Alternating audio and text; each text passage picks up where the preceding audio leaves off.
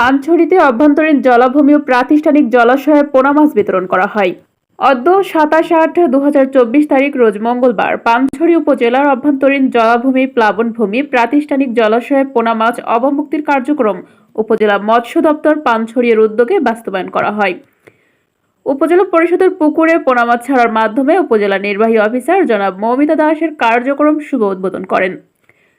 এ সময় উপজেলা মৎস্য কর্মকর্তা জনাব প্রিয়কান্তি চাকমা সহ আরো উপস্থিত ছিলেন উপজেলা কৃষি কর্মকর্তা, উপজেলা প্রাণী সম্পদ কর্মকর্তা, উপজেলা মহিলা বিষয়ক কর্মকর্তা, উপজেলা সমবায় কর্মকর্তা, উপজেলা সমাজসেবা কর্মকর্তা ও এলাকার গণ্যমান্য ব্যক্তিবর্গ উপস্থিত ছিলেন।